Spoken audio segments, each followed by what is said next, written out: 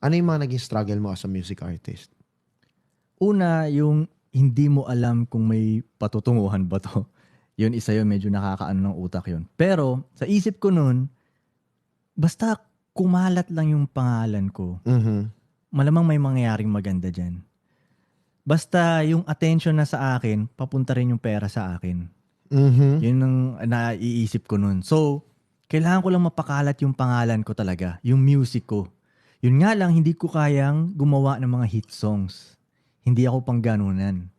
Kung gagawa ako ng hit song, gagawa ako ng mga love song. Yun, kaso parang ayoko yan eh.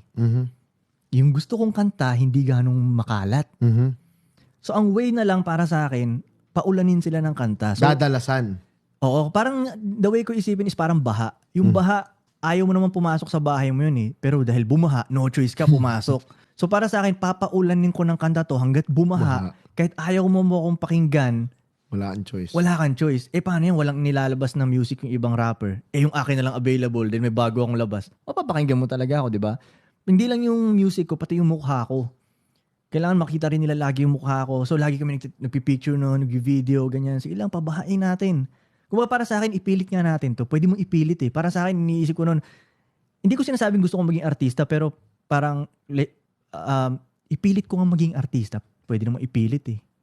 Hindi naman kailangan dumaan dun sa traditional na ruta eh, para makilala eh. Na kailangan Pilitin ko na lang. Kailangan mo mag-apply, kailangan mo workshop, mga ganun. Yun, mga workshop, mga kakornihan na ganun. Ipipilit ko na lang. So yun, laging nilalabas ko yung mukha ko kanta. Walang nagsabi sa'yo nun? Na? Gawin yun? Ideas mo lang lahat yun? Hindi, nasilip ko sa ibang rappers ata sa ibang bansa. Okay. Nagtataka ako ba't sobrang dami nilang kanta. Okay. Yun, doon ako nagtataka. Kasi nung panahon na yun, hindi pa uso ang maraming kanta eh. Di ba? Hindi pa uso yun. Kailangan maliit yung catalog mo tas lahat hits. Yes. Hindi pa uso yung maraming kanta pero kahit maraming tapon lang pero marami. Hindi pa uso yun. So yun, nakikita ko sa kanila, okay, gawin ko nga rin. Walang gumagawa dating sa Pinas nun.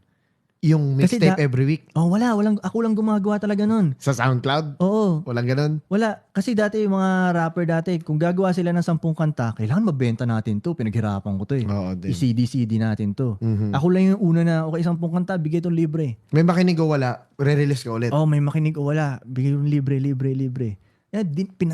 Pinaulan ko lang talaga, ganun, pinaulan ko lang. Yun lang naman, dun eh. Hindi naman dahil sa maganda yung kanta eh. No choice lang sila kung di pakinggan ako eh.